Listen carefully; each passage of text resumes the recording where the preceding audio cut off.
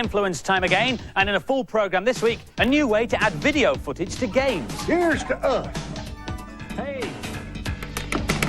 And our main review this week is the long-awaited Street Fighter 2 Turbo on the SNES.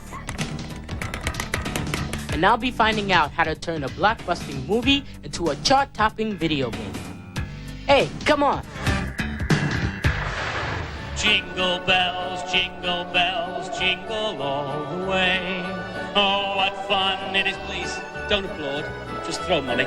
This is a great value way of turning your Mega CD into a fully functioning karaoke system at a fraction of the cost of the professional kits you can buy in the shops. It's going to be launched in the UK next week. It comes with all the jiggery-pokery you need to set it up, including a CD of your favourite Christmas songs. But 52 other discs are available, so you could sing along at Elvis, or an R.E.M., or Michael Jackson, or Prince. But I'm going to stick with my Christmas disc, and ladies and gentlemen, the Bad Influence Rabble Choir and I will now do our famed performance of the 12 Days of Christmas. I thank you. On the first day of Christmas, my true love gave to me a partridge in a pear tree. Oi! Who was that masked woman? It was me. Almost as bad as Andy's singing is this CD, which is also karaoke. But, lovey darlings, instead of singing, you get to act in a Shakespeare play. Now, all your actors will know that it's supposed to be bad luck to say the name of the Scottish play, so I won't say it, but I have a feeling that someone said it while they were writing the software. Basically, you get a little bit of background information on the play, but the main idea is to choose a character, and then when it's your character's turn to speak, the computer will cut off your character's sound, so you get a chance to perform it. I've chosen to be the second witch in the opening scene. When shall we three meet again? In thunder, lightning, or in rain? Ha-ha, when the hurly-burly's done, when the battle's lost and won. Hang on a minute, I've finished my lines, and look, that's not how it's spelled in my version of Shakespeare. To add insult to injury, the actors sound like they've been to the Rood School of Acting. All in all, a complete waste of time and money. There to meet Exits, with Macbeth. unimpressed. I come, Grey Mountain. Hello there, Furtlers. Guess where I am? Hey, ho! Cats are really interesting creatures. They dangle around in their sheds and find out where things are by making high-pitched bleeping noises and listening to the echoes. Beep, beep, beep, beep. Ah, yes, here's a shed. Beep, beep, beep, beep. Oh, there's a desk, yes, and beep, beep, beep, beep. Oh, a SNES, and on it, beep, beep, beep, beep, beep. Catman returns. The other interesting thing about cats is they've got 9 lives, and this is a cheat to give you 9 lives on Catman. On their options screen, type in up, up, down, down, left, right, B, A.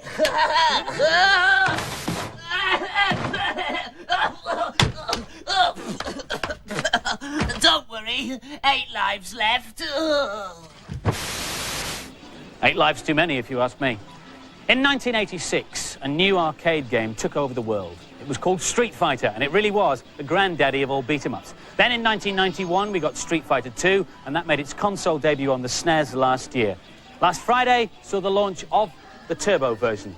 It plays like the Champion Edition arcade game. You control all 4 bosses and can play the 12 World Warriors at turbo speed. Here's Alex.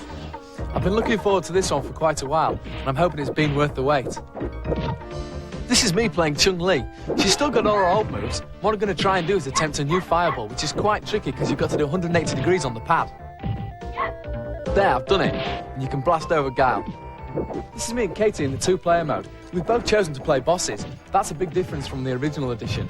Also, we didn't have to put in a cheat code to play the same character.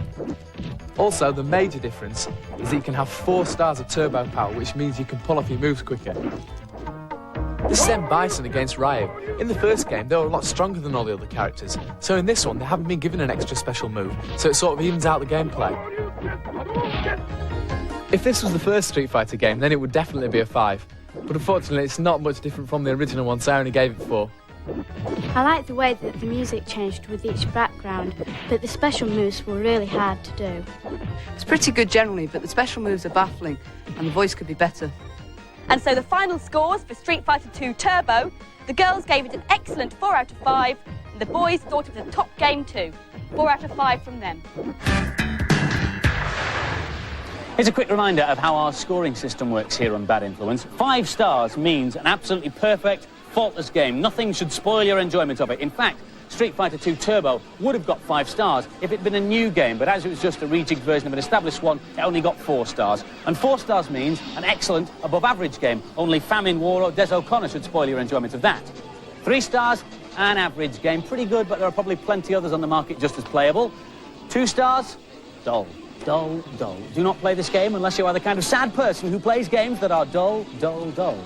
And 1 star, well, you could probably use the box to keep newts in, but I should think they'd escape.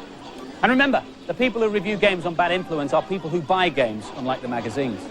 Now it's time for our American report with Z Wright, and this week Z's in California, heading north out of San Francisco on the Golden Gate Bridge.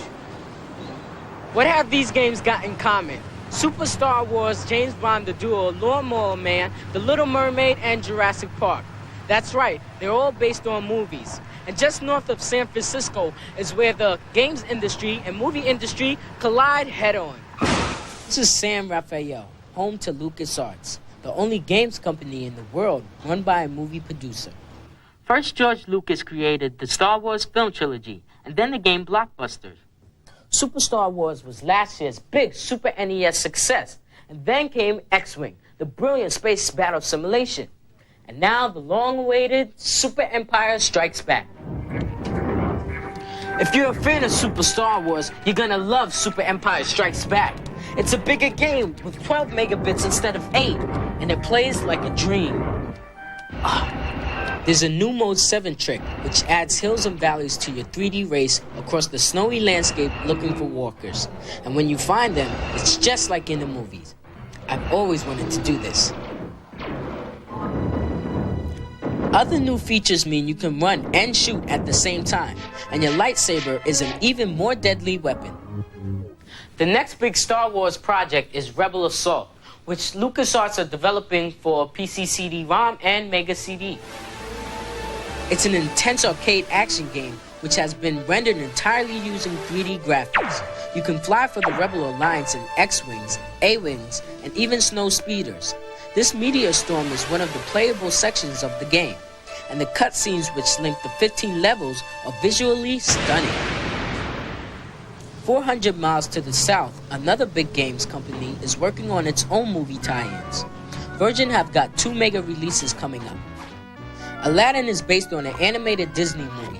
It's unusual because the game graphics were originally drawn by Disney animators on cells. Virgin's other big movie tie-in is Demolition Man the Game, based on Demolition Man the movie starring Sylvester Stallone and Wesley Snipes. The actor shot some special footage during the production of the movie to be digitized into the game. The actors are videoed against a green screen in all the positions that will be needed in the game. Good. Let's go to position 2 right here. What we're seeing here is some examples of shots that we took from Wesley Snipes. And here is actually Mark D'Alessandro, who is Sylvester Stallone's body double, getting blown away quite nicely there. Where the green material is now, we can replace that with a computer-generated background. We remove him out of the green mat like this, and then we can place him anywhere we want him. And this is done frame by frame. Next step is to clean up the frames one by one in a computer paint system. You can see it's very rough. I have to go in, magnify, and I clean up the image, making sure there's no pixels that really stick out and make the image look of poor quality.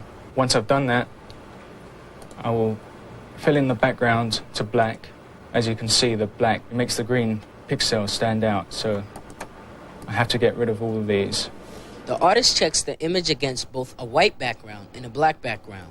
When he's happy with both, he can run the finished animations. Effects like gunfire and blood are added later. Meanwhile, back at LucasArts, 2 new characters are coming to life in their own graphic adventure. Sam and Max Hit the Road was inspired by a comic book, not a film. The programmers are using full-scale movie production values in the development of the game. Starting with movie-style storyboards, the artists produce color pictures which are scanned into the system and then animated. Even the extras have their part to play. For example, let's say I come over here and pick up this guy's hand, bring it over here to the band, these Yetis playing the blues or something. And watch right here, his hand, he's playing the bass. Oh, cool. See? Finally, here's a sneak preview of the Ultimate Movie Tie-In.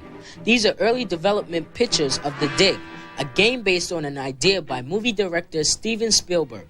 It's an adventure set up in deep space, which will eventually include some pioneering new graphics techniques and an amazing array of colors. But don't hold your breath waiting for the release of The Dig on the big screen. It proved too expensive for a film budget, so Spielberg just ditched the movie and went right along with the game version of the film that never was. It's showing next year on a computer screen near you. Thank you, Zed. And now, by popular request, some more movie impressions. Waka, waka, waka, waka. Got it yet, Furtlers? It was The Fugitive. And now there's no need to see it because those were the best bits. This is a cheat for Shadow of the Beast 2 on the Amiga. When you start the game, go right till you see the first pygmy and you'll start to lose your life. But if you type in 10 pints, TENPINTS, you'll be invincible, like me. Come out with your hands up. The shed is surrounded by armed police. Just relax, Furtlers. I'll handle this. Is it about those library books that are overdue? I hope they catch him. Now for this week's news and previews. Just arrived is Sim Farm, the latest addition to the Sim family. You can now find out what life is like to be a farmer. You take control of milking the cows, driving in the tractor, and even cleaning out the pigs. The only thing is you have to get up at 4 o'clock in the morning to play it. And Sonic fanatics will be pleased to know that 2 new books are out this month, featuring the adventures of their favourite hedgehog against the evil Dr. Robotnik. 2 more books should be in the shops before Christmas. Plock is one of the hottest SNES games for Christmas. It features Plock, a sort of slowed-down Sonic who's trying to find his grandfather. It's not really like anything else. It's funny and the music's great and it's available in December. And now for some more games reviews.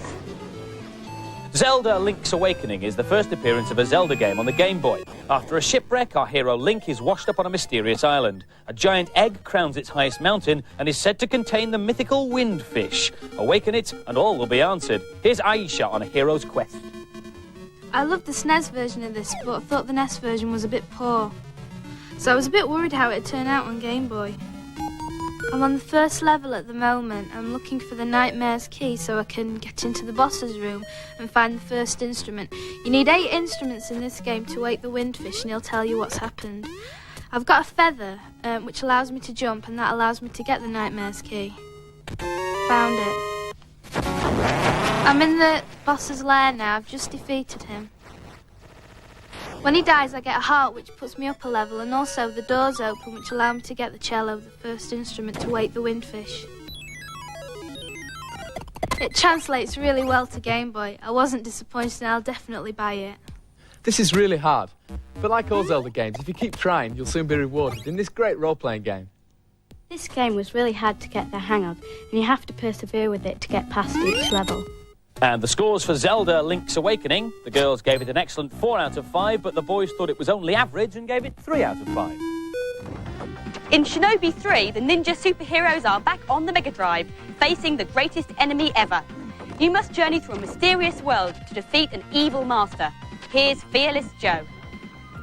This game is a platform game based on the ninja theme. You start the game with 50 daggers, 1 magic and 2 lives. Here's my character climbing on the rope. You can find lots of secret passages where you can pick up all sorts of stuff. Here he picks up an extra magic because it's doing a lot of good. There are lots of little ninjas around like this bloke, but they're very easy to kill. I'll call up my magic here, I think.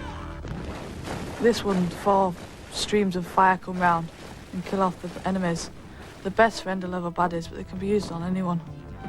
Even though this game looks good, the earlier levels are far too easy and the later levels are far too hard. Not a good game. It's too violent for young children and too easy for older ones. I think it's a real waste of time. This game has some good graphics and scrolling. There's some exciting parts and there's nice touches in the background. And the scores for Shinobi 3, the girls gave it a poor 2 out of 5, and the boys gave it an average 3 out of 5. Studios. Hollywood's okay. Oh, what a brilliant film. If you've seen it, I'm sure you agree. Top Gun is one of the first films to be available on CD. Now, in theory, I should be able to take that CD movie and play it on any CD hardware system because of a magic word, MPEG. It's a kind of standardization system. It stands for Motion Picture Experts Group, and it was indeed a group of motion picture experts who got together around a table and decided they all wanted their machines to run full motion video. After about 7 years, they all scratched their heads and came up with a creative title, MPEG. A system that allows you to store up to 74 minutes of information on one CD. That's not enough for a movie, so movies come on, well, 2 CDs. So that's the theory, but does it work in practice? Can I take my CD movie out of this system and play it on the other one? Let's find out.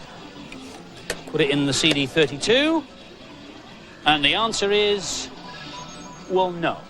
But that's got nothing to do with the hardware and nothing to do with MPEG. It's because the movie makers are also money makers, and for various licensing rights, they only allow the Top Gun CD to be played on the CDI system, so they put some extra encoding on the disc so it won't play on anything else, which kind of defeats the object of MPEG completely, doesn't it? Before you play movies at all, most machines need a special add-on that'll let them play full motion video. The first of these to be available isn't for the CDI or even the CD32, but for the PC. So, how can you get your PC to play full motion video? Well, you need a fast PC with a CD drive. You'll also need a special extra bit of kit which goes inside the PC called Real Magic. Now, this is Real Magic, and this is the bit that'll let your PC run full motion video with over 32,000 colours and, of course, CD quality sound. This is Dragon's Lair, looking every bit as good as the arcade version. If you compare it with the regular PC game, you can see the animation was much jerkier before. It's also allowed a totally new kind of game to emerge. This is Return to Zork, where you've got digitised people in front of a computer-generated background. You have to solve a 700-year-old mystery by talking to over 20 different characters. Real Magic will be in the shops by the end of the month, with plenty more games promised before Christmas. Right, Furtlers, an experiment to do a cheat from inside a game. All I need is a game such as Steel Empire on the Mega Drive and a video camera, which I'll set up on the desk. Right. Hey, it works, it works. And now for the cheat. On the sound test screen, play 1, 1, 9, and 2. And you'll be able to jump to any round that you want. There you go, round 6. Right, now to get back to the world of reality. Oh, help, help, help, I'm stuck. Andy, violent. Best place for him. If you want to record the Data Blast, set your recorders now. Last week's competition was to win a CD32 plus software and, of course, the Bad Influence T-shirt. The question was, what is the other name for the chess piece known as a rook? The answer is Castle, and the lucky winner is Joseph Butler from Bangor in County Down. Well done. This is a Super Famicom telly from Japan. The cool thing is it's got a SNES built in. Look, the cartridge slot's at the top here, and down in the bottom left-hand corner is where you plug in the controllers. And this controller is called a Patriot. This has special buttons with all the special moves for the characters built in. It's almost impossible to lose, unless you're Andy Crane, unfortunately. Now, sadly, we can't give you this telly as a competition prize, but we can give you a bag. And in it, we will put a SNES, and the Patriot pad, and the Turbo, and the Bad Influence T-shirt, and loads of other goodies. And you get this brilliant pair of boxing gloves as well. The question is, what is the name of the female fighter in Street Fighter 2? Phone in your answers on 0891 700 100. Calls will cost no more than 25p, but make sure you get permission from whoever pays the phone bill before you phone. Lines will close at midnight on Monday. Bye-bye. No! Oh, bye! Oh, did that hurt?